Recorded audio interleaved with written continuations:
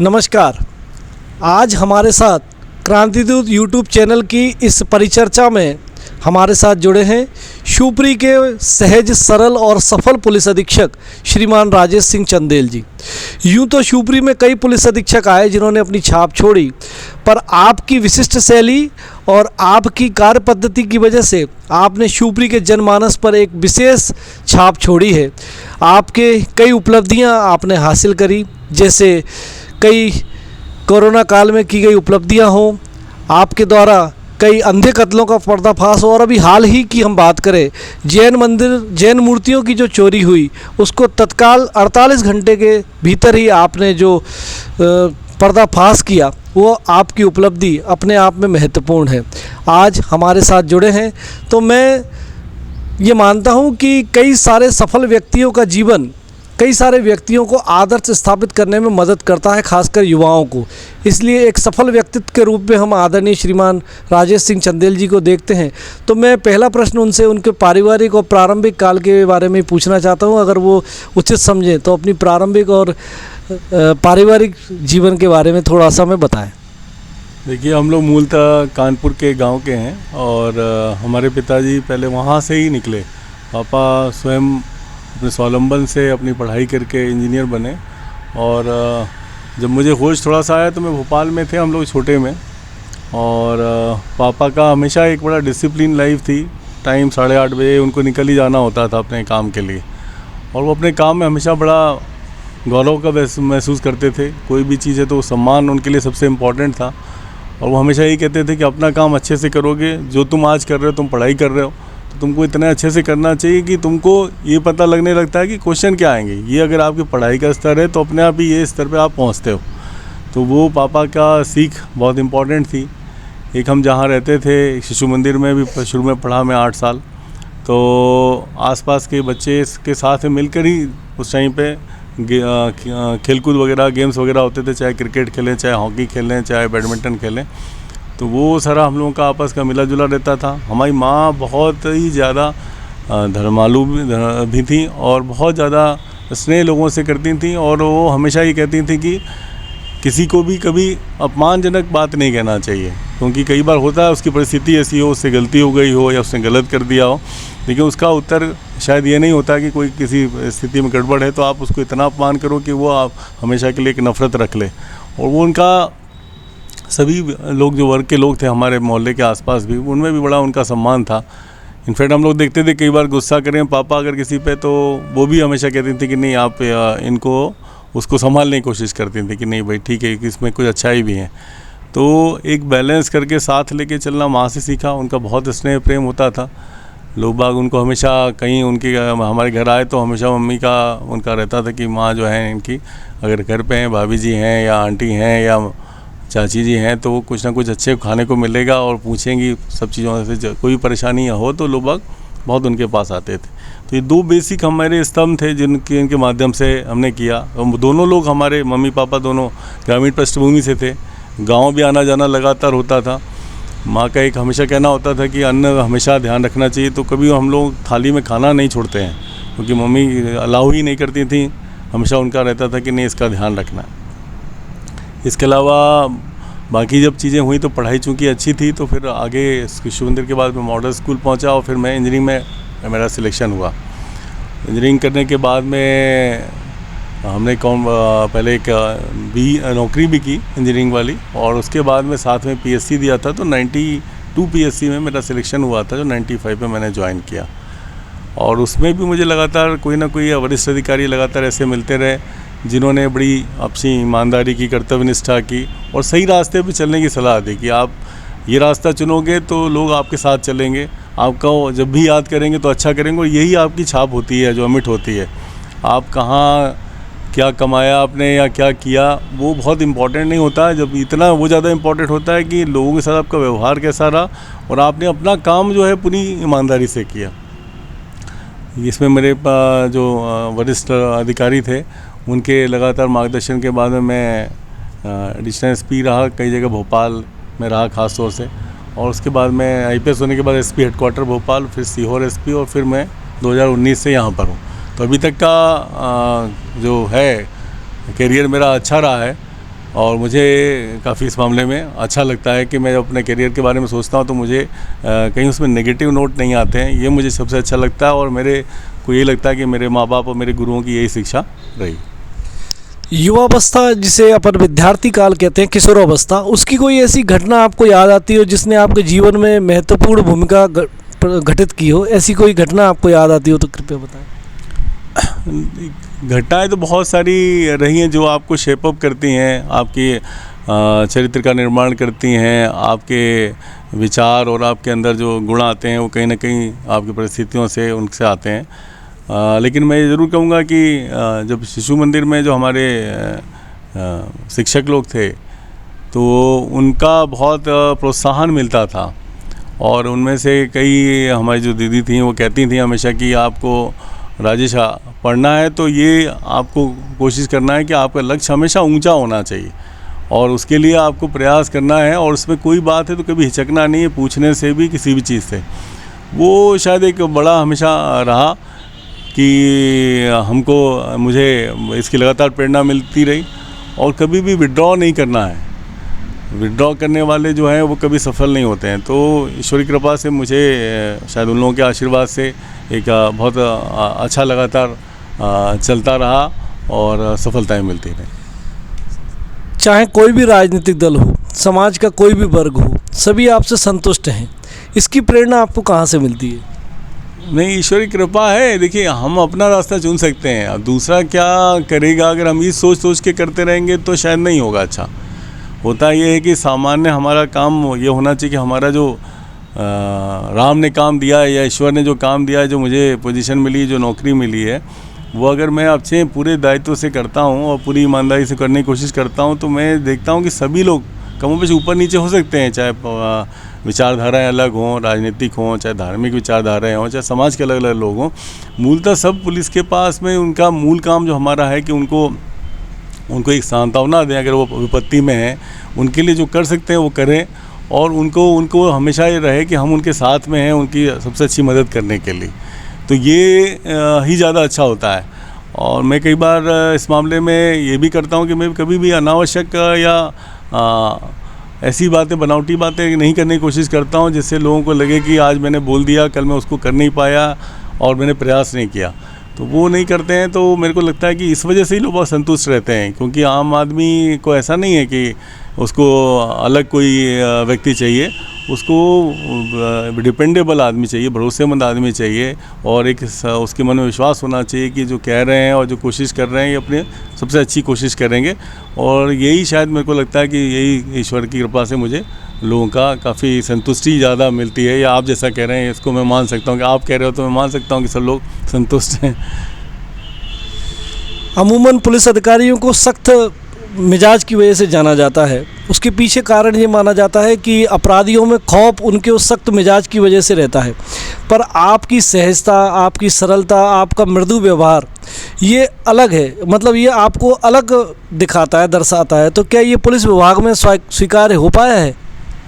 नहीं, ये बिल्कुल आप ठीक कह रहे हैं। जब मैं पुलिस की नौकरी में आया तो कई लोगों ने कहा, इनफैक्ट हमारे घर वालों ने भी कई लोगों ने कहा जो परिचित हैं कि भाई आप बड़े मृदुभाषी हो, जनरली आपको गुस्से से स्लैंग करके अपमानजनक शब्दों का इस्तेमाल नहीं करते, तो उससे दबाव नहीं बनता। दबंगी जैसा काम नहीं है पुलिस में लगता है, लेकिन मेरे को नहीं लगता और मेरे को बिल्कुल भी नहीं बात अपील करती है कि भाई मुझे अगर क्रोध करना है, मुझे अगर किसी को कुछ करना है तो वो व्यक्ति विशेष से नहीं करना है, हमको अपराधी से करना है। तो अपराधियों में खौफ हो उसके लिए हमको काम करना चाहिए, उसके काम करते हैं हम, उनको बंद करते हैं, कोशिश करते हैं उनको सज़ा हो।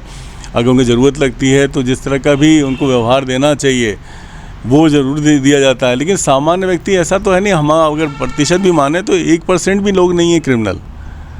वो तो 99% से अगर हम ऐसी बात से बात कर रहे हैं कि हो सकता है उनमें से कोई अपराधी हो, डर जाए, तो ऐसा तो नहीं है। और दूसरा, सामान्यतः मैं ये जानता हूँ कि अगर मैं व्यवहार अच्छा करता हूँ तो मेरे से लोगों का व्यवहार भी अच्छा रहता है और मेरे पास जानकारियाँ भी ज़्यादा आती हैं। जब जानकारियाँ हमारे पास पर्याप्त आती हैं तो हम सही गलत की पहचान कर पाते हैं। और अपराधी के साथ तो व्यवहार करना पड़ता है, अपराधी के साथ कोई मिलके कुछ चीज़ नहीं की जाती है। लेकिन इसी वजह से मुझे लगता है कि मृदुभाषी रहना और ये रहना सामान्यता अच्छा है। अगर हम बड़े बुजुर्ग को देखते हैं, महिलाओं को देखते हैं, बच्चों को देखते हैं और हम उनकी हेल्प करते हैं, उनको ऐसा एहसास दिलाते हैं कि उनको लगता है कि उनकी मदद करने के लिए कोई है, तो वो अच्छा ही है और वो हमारी संस्कृति का अंग है। व्यक्तिगत तौर पे शिवपुरी की आम जनता में पुलिस की छवि सुधारने में आप अपने आप को कितना सफल मानते हैं? हाँ, कोशिश तो की है। अब सफल तो जब कार्यकाल पूरा हो जाता है उसके बाद पता लगता है, लेकिन मुझे लगता है कि काफ़ी सकारात्मक लोगों का व्यवहार रहता है यहाँ पर। और कई बार बड़ी बड़ी समस्याएं, कठिन समस्याएं आई, कोरोना काल की विपदा आई, उसके बाद में एक बहुत बड़ा बाढ़ की समस्या आई हमारे यहाँ, लेकिन शायद लोगों को विश्वास बना, और विश्वास बना तो उनको लगा कि पुलिस जो है, प्रशासन जो है वो हमारे लिए काम करेगा, और कोई बात है तो हम बता सकते हैं। उनको ये भी लगता है कि अगर थाने वाला गलत करेगा तो एसपी साहब सुनेंगे उसके खिलाफ भी, उस पर कार्रवाई भी करेंगे। और इस वजह से मुझे लगता है कि काफ़ी मुझे लोगों का सहयोग मिला। और यहाँ जो बड़ी 3.5 साल में काफ़ी सारे चैलेंजेस आए हैं, जो चुनौतियाँ आई हैं, बड़ी बड़ी विषम परिस्थितियाँ भी कई बार आई, तो जनता का जो विश्वास था उसी ने मुझे इसमें सफलता दिलाई है और मैं उनका बहुत आभारी। अभी हाल ही में शिवपुरी पुलिस, यातायात पुलिस और राजनेताओं के बीच में आपसी टकराव के कई सारे मुद्दे, कई सारे मामले सामने आए हैं, उसे आप किस रूप में परिभाषित करते हैं? मुझे लगता है वो कि जब अपन ग्रामीण से अर्धशहरी और अर्धशहरी से शहरी की तरफ जाते हैं तो उस तरह की स्थिति है। और थोड़ा सा इसमें दोनों लोग अपना अपना विचार रखते हैं। कई बार हम लोगों के कर्मचारियों के व्यवहार में कुछ ऊंचा नीचा रह जाता है, और कई बार लोगों को ये समझने में दिक्कत होती है। कई बार राजनेता या कुछ लोग ऐसा समझने लगते हैं कि ये जो कानून या व्यवस्था है ये उनके लिए कुछ विशेष डिस्काउंट करती है, और उसकी वजह से कई बार वो उस तरह की बातों में आते हैं। और कई बार उनको जानकारी गलत दी जाती है, सूचना देने वाले गलत करते हैं। मान लीजिए किसी का चालान हो रहा है, अब वो गलत तरीके से प्रस्तुतिकरण कर देता है कि चालान करने वाले ने कि ऐसा कहा, वैसा कहा, अपमान किया, तो वो उस मुद्दे पर आ जाते हैं। तो वो मेरा ख्याल है कि धीमे धीमे हमारे यहाँ कंप्लायंस बढ़ रहा है चीज़ों का, और यही एक टेस्ट है कि इसके बाद शायद लोग भी उस बात का, अगर कोई गलत व्यवहार करता है, चाहे पुलिस वाला हो, चाहे राजनेता हो, चाहे एक दूसरा व्यक्ति हो, तो फिर उसका एक मानस भी बनता है। पत्रकार भाई भी हमारी मदद करते हैं, दूसरे लोग भी करते हैं, तो एक हम धीमे धीमे शहर की तरफ जा रहे हैं। मुझे लगता है कि हमको इस व्यवस्था का सम्मान करने की आदत डालना चाहिए, ताकि हम वास्तव में शहर, जो प्रॉपर शहर हम चाहते हैं शिवपुरी को, और मॉडर्न सिटी चाहते हैं, डेवलप सिटी चाहते हैं, तो वो ज़्यादा अच्छे से हो पाएगा। शिवपुरी आने से पहले आपने शिवपुरी के बारे में जो सुना था, जो पाया या नहीं पाया, उसके बारे में कुछ बताना चाहेंगे?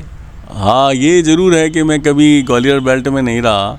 थोड़ा सा यहाँ पे लोगों में दबंगी है, थोड़ा सा एग्रेशन रहता है। तो जब मैं आया था तो मुझे कई लोगों ने कहा कि अरे साहब, आप मालवा और भोपाल और इस तरफ तो रह लिए, लेकिन यहाँ पे नहीं रहे हो, यहाँ दिक्कत आएगी आपको, यहाँ बहुत आदमी तेज़ है।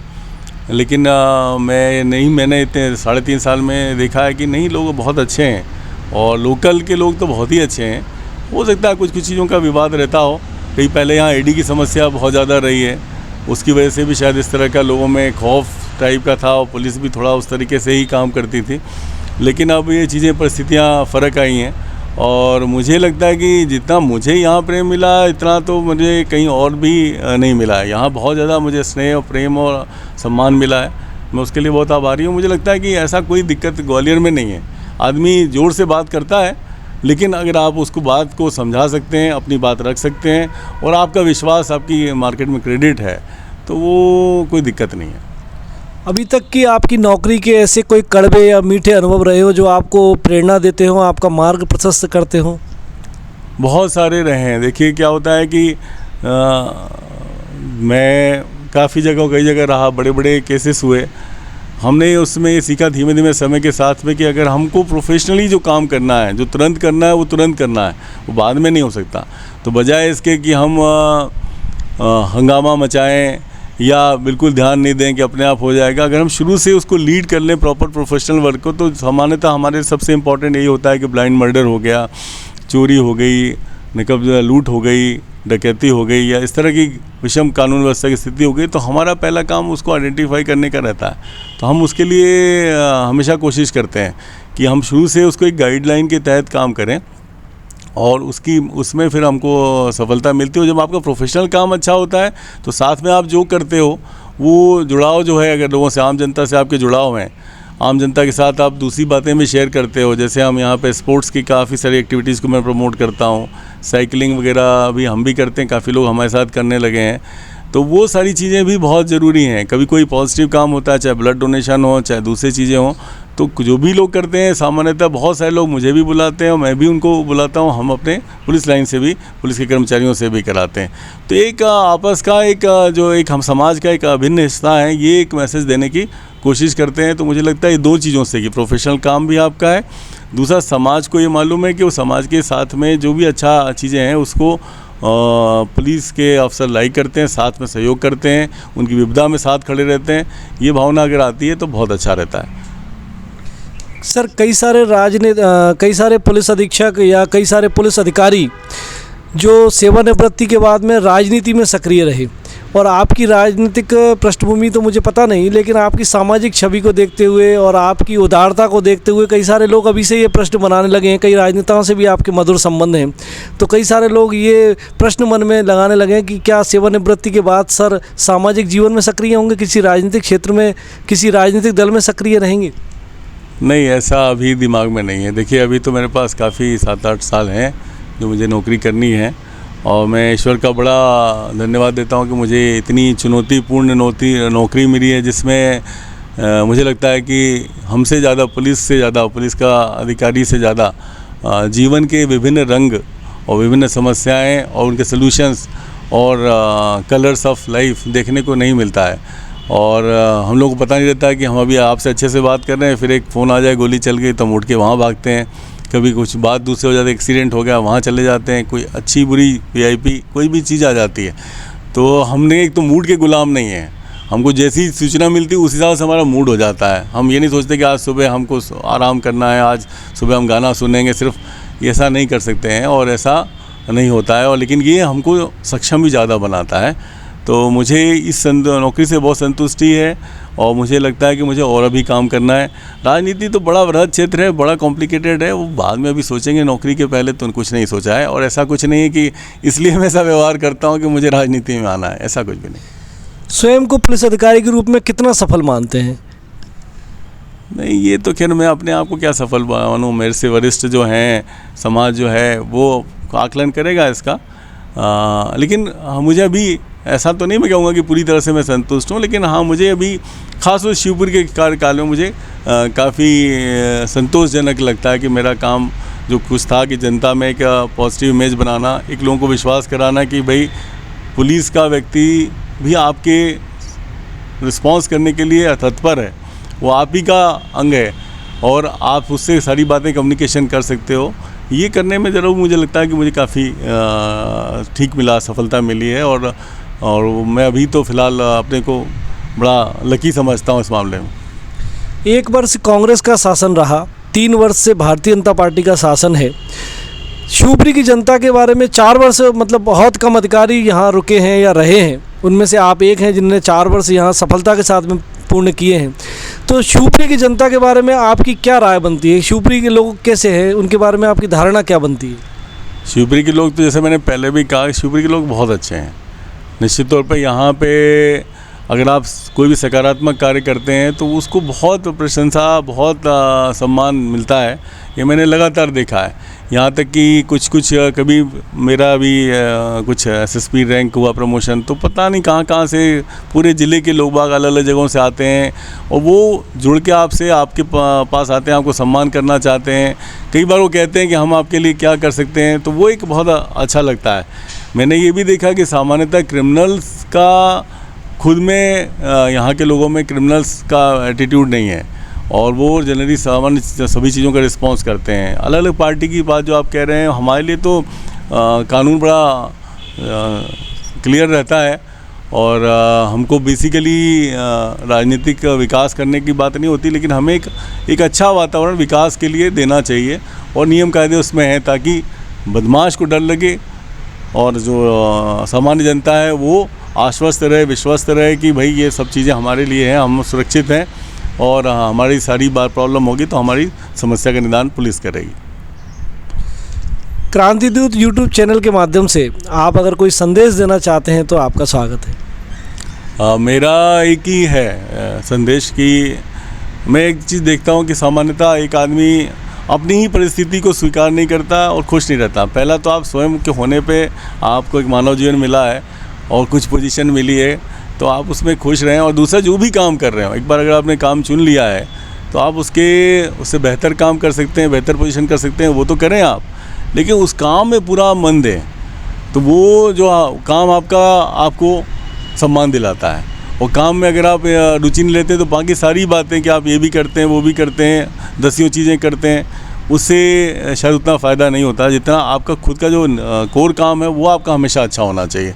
तो मैं चाहूँगा कि लोग दिल से अपना काम करें और जो भी हम कर रहे हैं उसमें कहीं ना कहीं ध्यान रखें कि आज तक हमने जिसको भी सम्मान किया, जो भी हम महापुरुष हैं, किसी ने अपने लिए नहीं किया है, जनता के लिए किया है, दूसरों के लिए किया है, लोगों को ज्ञान का रास्ता दिखाया है, लोगों को कर्म का रास्ता दिखाया है। तो उसमें हम एक दूसरे के साथ मिल के करें, सबके विकास की बात सोचें। हमारा शिवपुरी में बहुत पोटेंशियल है, तो मुझे लगता है कि हमारे एग्रीकल्चर भी अच्छा है, हमको टूरिज़्म की बहुत अपार संभावना है और निश्चित तौर पे यहाँ पे एजुकेशन का लेवल बहुत अच्छा है। तो यहाँ पे जुडिशरी से लेके दूसरी सर्विसेज में काफ़ी लोग हैं और मेरे को लगता है कि ये और हम धीमे धीमे शिवपुरी का और अपना बड़ा मुकाम पाएगा, जिले के रूप में भी और शहर के रूप में। बहुत बहुत धन्यवाद सर, आपने अपने बहुमूल्य समय में से समय निकालकर क्रांति दूत की इस परिचर्चा में समय दिया। आपका बहुत बहुत धन्यवाद, आभार, धन्यवाद।